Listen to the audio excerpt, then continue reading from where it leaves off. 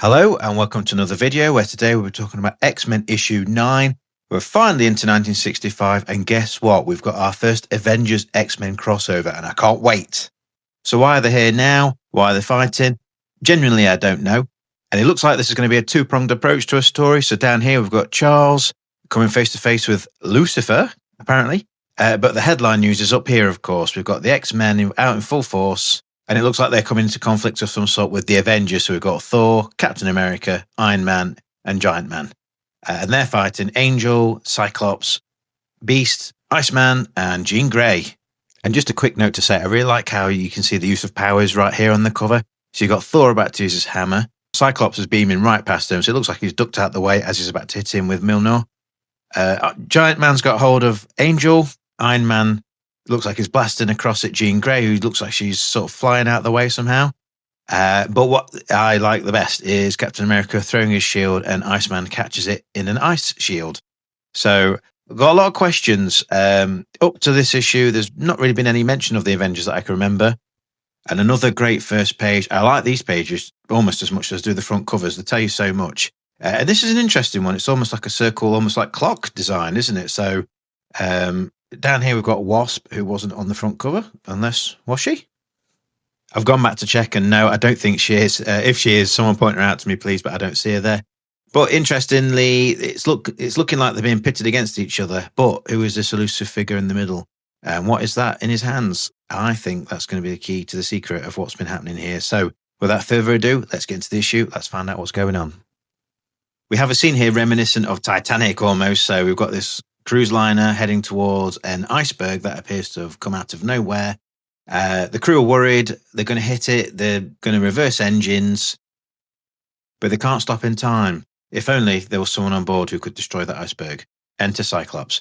He uses his blast. Interesting that it's two distinct beams from each eye. I guess that's for us, the reader, to work out that's coming from Cyclops' eyes, but I think it would normally be presented as one big beam. But they've chosen to do it as two individual beams on this occasion. They're startled to learn what's happened. They can't figure out what's going on. But down here, look, a picture tells 1,000 words, doesn't it? You've got Cyclops here holding onto his glasses. He's leaning over. He's all over the place. And here comes Warren just to make sure he's okay. So it's taken it out of him, but thank God that Scott was there. But the bigger mystery to me is, why is he on the cruise liner? Where's he going? It may have something to do with Charles's adventures, and maybe they're on the way to him. We'll find out shortly. But I like this little panel down here where they don't realise what he's done. They think he's just a bit worse for wear for being on the sea. And this younger generation just isn't as hardy as we were, Samuel. So a nice little moment there. I like that one quite a lot. This is a great page just to quickly summarise where we are with this immediate story, as well as showcasing the powers of the group. So here we've got Bobby making ice cubes out of his hands, which I always find hilarious. Comic book science is not something we're going to get into, but I just think that image is really funny. Jean says, don't bother getting a cloth. I'm going to telekinetically waft these ice cubes over Scott's head. But that's just for us, for the new reader as well. Perhaps this might be their first comic, and you just get this sense pretty quickly of who the group are and what they can do. You've got Warren getting his wings out, and you've got Beast leaping around and hopping onto a handstand look. That's completely unnecessary, isn't it? But it helps you get a sense of what's going on. And last but not least, Charles. So we've not seen Charles for a couple of issues now, and he telepathically gets in touch with Scott. He's got a message for him. They're in Europe. There's a mission, and we're about to find out what it is. But just in summary, really great page showcasing what everyone's about. So by page 2 or 3, I think everyone in the group's used their powers now. We've had a quick sense of who they are. And we also get this note about the romance as well. So it's a quick recap, I guess, from the last issue where Jean says, I feel things for Scott, but he's the leader. Almost like a forbidden love. And we'll have to see if this one develops in the issue.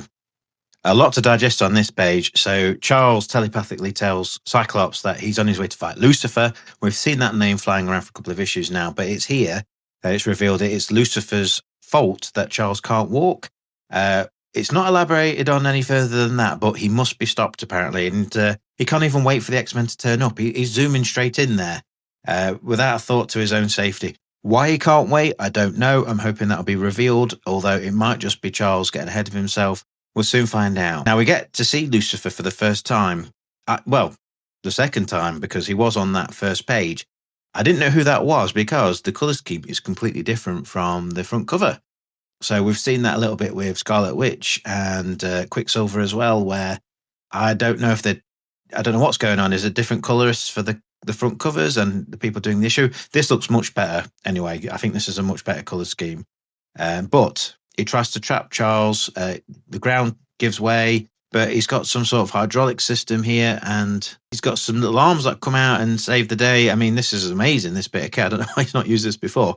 But anyway, Lucifer, he knew something like this would happen. But even Charles cannot overcome the power of the artificial Dust Devil. That sounds like something you'd buy like a Hoover or something, a Dust Devil. It sounds like a product you can get. But I don't know what the Dust Devil's going to be. It looks like, now I'm looking at it again, is he created this sort of whirly dust vortex out of this machine? So I take it to mean that he's not the literal Lucifer, the devil, but they're obviously playing on the name of the Dust Devil. So let's see what happens next. What is going on this page? I don't know. But so this Dust Devil makes its way through these caves, and this chap says, oh no, it's a Dust Devil. This can't be existing down here. And I like that they take this moment just to explain that it is an idiom for a western desert dust storm. So me in the UK, I would never have heard that before. So it's nice that they do that for us. But this vortex, this tornado, whatever it is, it picks Charles up and delivers him and like bubble wraps him, really, ready for Lucifer. And he threatens to finish the job. But Charles has got a gun. Wow, this is crazy for Charles. Taking a gun with him and shooting at people. Wait, what has happened to him? But he fires through the shell and he says, "Stop, you fool. If I am harmed, the entire world is doomed." And Charles is like, what? I don't know where this is going. But his eyes look so strange behind this mask. They don't look like normal eyes, do they? So hopefully we'll see him in mask shortly and we'll get a better sense of what this guy's about.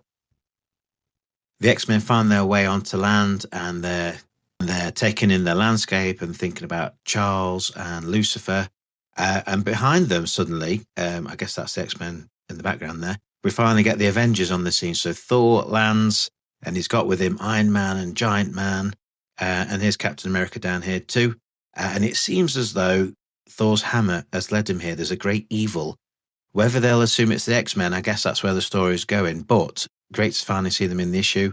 And let's see what happens next. So we've got this cool moment up here, I guess, for the casual reader.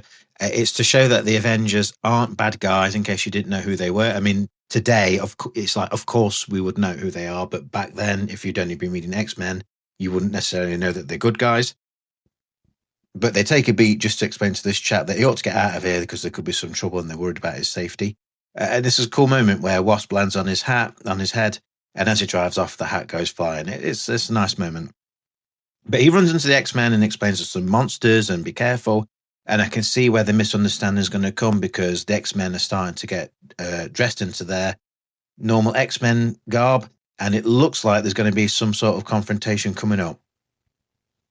Wow, okay, so it's all kicking off now. So Warren flies off. I talked about getting into the uniform. He's not even bothering. He's flying straight off. This guy down here is like, oh my, what have I gotten into here? He's off. He's having a right day. But he zooms away and the action cuts to below the surface. We've got Lucifer here and reveals a thermal weapon, which is linked to his heartbeat. I guess you would call that a Deadman switch. That's probably what I would know it as. So if he dies, the bomb will go off and it'll take the continent with it. And this is quite the quandary for Charles now, because if Lucifer dies, everybody dies on this part of the world anyway. He talks about how no one can match his brilliance and the puny X-Men are no match for him. There's almost shades of Magneto. He almost looks slightly similar with the red and the cape and everything. I'm interested to see what individual characteristics this guy has and what his story is. This Lucifer chap, he sends up a weapon. He fires a directional impulse at them using an ionic ray. So interesting to know that he talks about his attack upon humanity. Whether this guy's a mutant or not, or the literal devil, I'm still uncertain of, but he intends to make the X-Men his first victims. But not if Charles has got anything to do with it. So he projects an astral mental image of himself, which makes its way to the X-Men to warn them that danger's coming. And it's just in time to leap out the way, and this ray, this impulse, it blasts them, and it looks like they would have probably been killed if it wasn't for Charles's warning. But they get out of the way, and they live to fight another day. So let's see if they can gather themselves and strike back. So we have Beast putting on his uniform and he's swinging around, and then we've got this cool moment with Bobby where he ices up and he creates a path of ice for him to sort of skate along, and I think that's a great visual, and it's something more akin to how I would imagine the Bobby of now to get around, albeit this is flat on the ground, but I expect him to almost be riding an ice wave before long. And then you've got Jean, who almost slips over in a hole.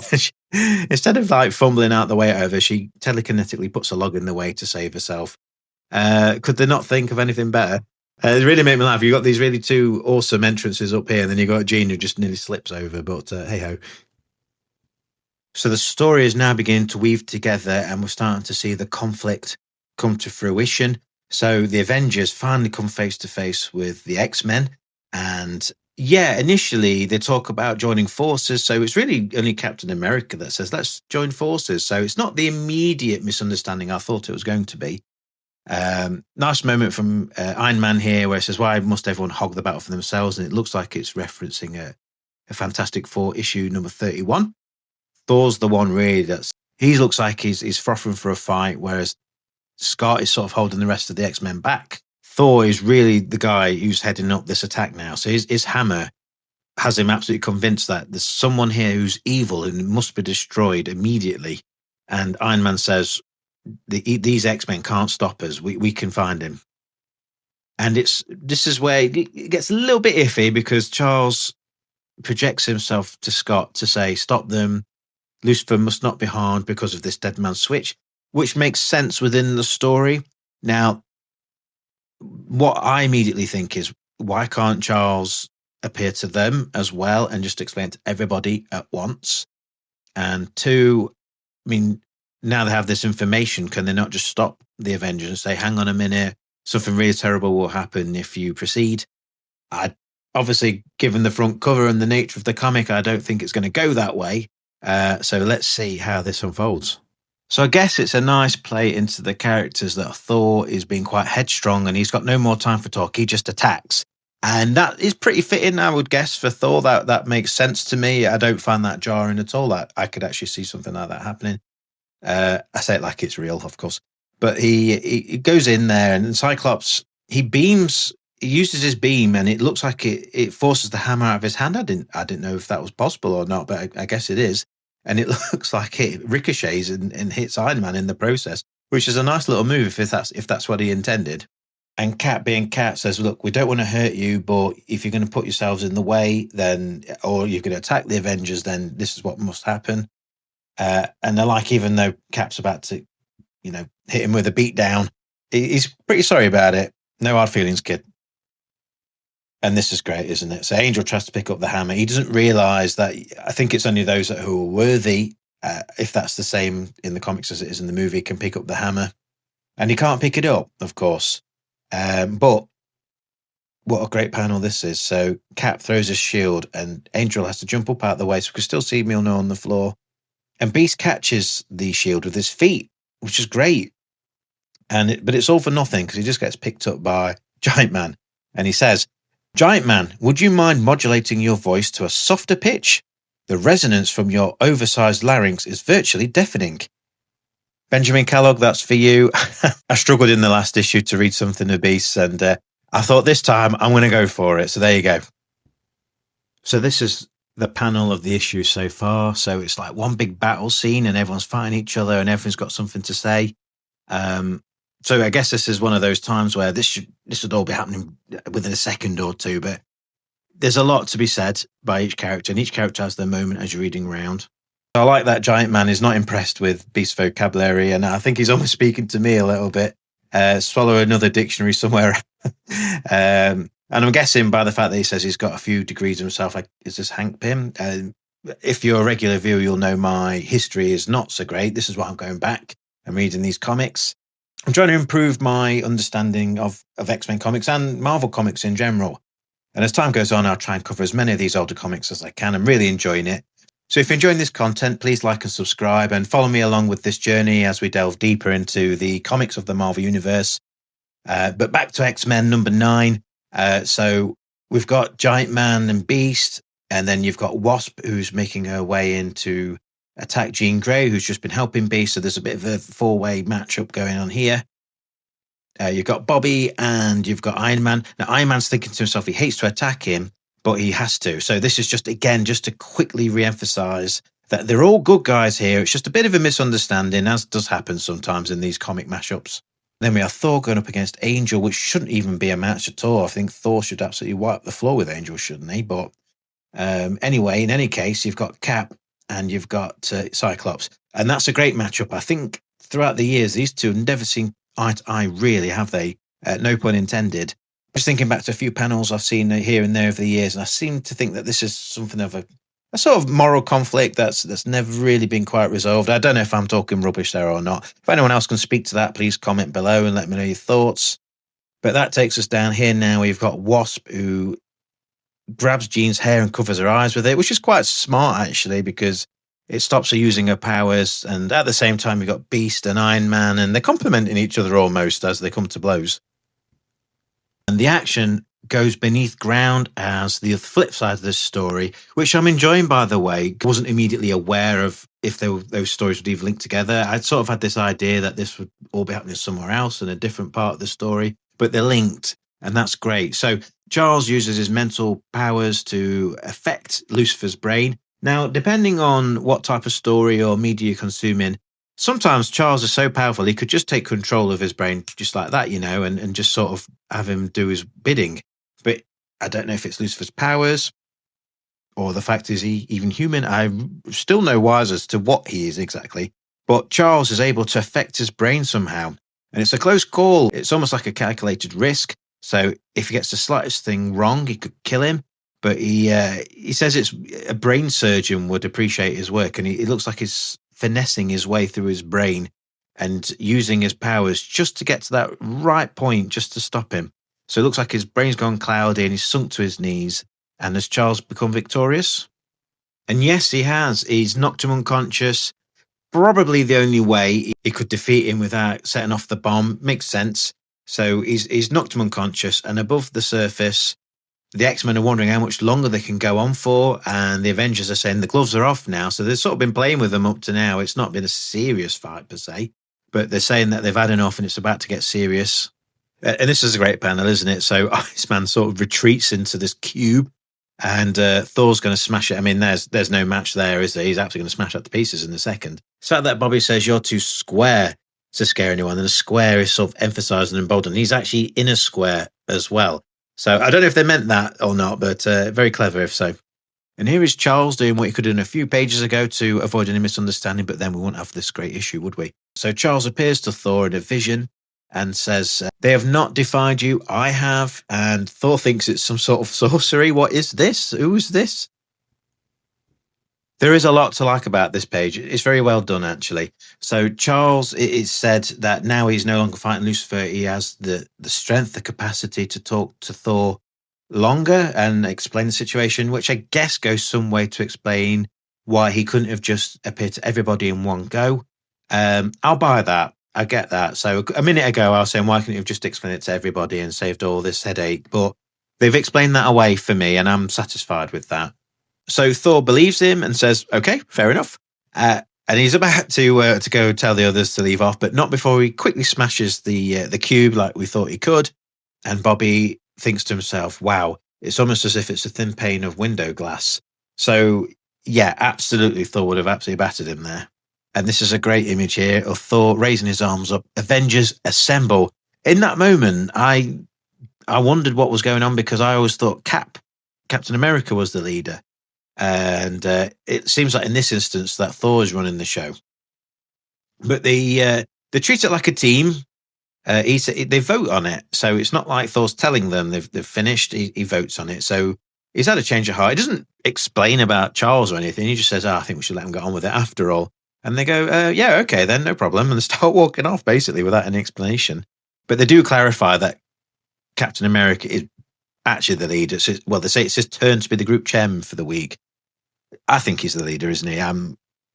My classic Avengers history is lacking somewhat, so I think I'll have to go back and read those comics as well at some point. And this is a great moment here. You got Scott sort of stroking his chin and thinking, they make me realize humanity is worth defending. So obviously these are human, apart from Thor, and he thinks actually they're pretty cool guys, to be fair. And then you got Bobby, I was just getting warmed up, but I think a few panels ago, he realised that Thor had the beating of him, but he's got a bit of bravado anyway as they're walking away. And Jean calls him out on that as well. But with that, Cyclops is calling them together. Let's see what he's got to say. Charles guides his X-Men down into the caves and says, don't worry about checking it out. I've already mentally checked every square inch. You can make your way safely. He helps guide them down, and Angel flies down before everyone else. And this panel caught me out a little bit because sometimes I never quite know how to read the words. So I read it clockwise from here, but really what you're supposed to do is read it this way. Professor, you're all right. Yes, I am safe, but there is much for us to do. And then it moves over here. So Lucifer's on the floor. How did you get down there by yourself? I'll explain later. Now I need the angel. I can really hear the urgency in this, and it's a great panel. I can almost see it in my mind. Very effective. I like that one. And here again, the urgency is very much felt. He says, Angel, fly me up there quick. Everyone else guard Lucifer. They're going to try and disarm the bomb. So this is very interesting. Charles and Angel and Cyclops are on top of the bomb. And Charles is going to use his mental powers to find where the fuse is in the bomb so that Cyclops can destroy it. I'm a bit iffy on that because I always imagine that Professor X can just affect other people's brains. Using his powers to comb through a machine to find its parts is not really consistent with my understanding of what he can do. Feel free to correct me in the comments if I'm wrong, but that seems a bit out of sorts for Professor. I'm not sure that's... I mean, I don't want to say it's incorrect because it's their comic. They can do what they like, but it doesn't marry up with future Charles is probably what I'll say. But it creates an interesting problem because as he's using his powers on the bomb, he loses grip on Lucifer, and Lucifer starts dying. His heartbeat weakens. And now they've got a problem. So the stakes are really high now because I assumed it was that part of Europe that would be in danger. But actually, it's aimed at the South Pole. And if it explodes in Antarctica, it will cause tidal waves all around the world. So really, this is a world event now. So it looks like the whole world will be affected. And it could be an almost apocalyptic event. And this is almost like you can almost hear the tension music, can't you, towards the end of the film here. So he's close to it, but what he's been doing has almost triggered the bomb. They've got seconds to spare. Cyclops, if you don't destroy it this instant, is going to explode anyway. And he's sort of directing him, and he's using a hairline beam. And it leaves us on this little cliffhanger, doesn't it, as to what's going to happen next. And here we are on the last page of the story, and it looks like they're performing an operation, like surgery. So they're on, Charles is laying down and Cyclops is beaming through. And this is a really great panel, isn't it? You can see the precise nature of the beam. And it looks like that's probably where the fuse carrier is there. So it's holding the fuse, and it's millimeters in it, isn't it? So, and I like, it's great when they put these little bits in here. So it's onomatopoeia, isn't it? So you can almost hear the beam, and it's really great panel. And they've done it. They've thwarted the bomb, and they congratulate each other. And Charles is right. This is probably the best thing Cyclops has done up to now. He's practically saved the world, you could say. But humanity will never know it. And with that, they release the hold on Lucifer. And Lucifer says, it took me 10 years to create that device, and you've destroyed it in minutes.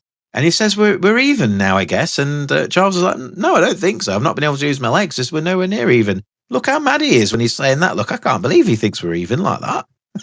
He almost looks apologetic. Well, why am I not harmed? Why can I go? The X-Men say they have pledged to never cause injury to a human being, no matter what the provocation. So that confirms he is human. He's not a mutant, nor is he Lucifer. So I'm still none the wiser exactly who he is, but at least Bobby agrees with me. He would like to know who he is as well. But the Professor tells him good time. So there's a whole story there. There's some background that we're not aware of at this point, and that will be revealed to us down the line, I have no doubt. But that brings us to the end of this issue. It's been very good. I've enjoyed the confrontation with the Avengers. Very light-hearted, very friendly. I mean, I don't think it was a serious fight. It wasn't obviously a fight to the death. It was more like a duel. But fun for us, the readers. So if you're an Avengers fan, an X-Men fan, if you've been reading both comics at this point in 1965, you're loving it. You're having a great time. And I've had a great time reading the issue, actually. So it was a really nice one and done issue there. And as we know, will definitely not be the last time that they meet the Avengers, not by a long shot. And on this last page, you have Jean Grey in another pin-up here. So we've had Cyclops and Beast so far. And it's very nice. But let's take a look at the next issue. Let's take a quick sneak peek at Avengers number 10. Okay, this is quite exciting. It seems like we're going to be going to the Savage Land for the first time. So we're going to be introduced to Khazar, if that's how you pronounce his name, I'm sure it is. He's a Lord of the Jungle, and we've got Zabu, the saber-toothed tiger. The Savage Land, I won't ruin it, but it's a very interesting place, and I wonder if we'll also be seeing Sauron, or if it's too soon for him. I don't know. But tune in next time when we're going to take a look at issue 10 of the X-Men, and we'll be visiting the Savage Land and being introduced to Khazar and Zabu. So please remember to like and subscribe, and we'll see you on the next video. Thanks for now, and we'll see you soon. Bye-bye.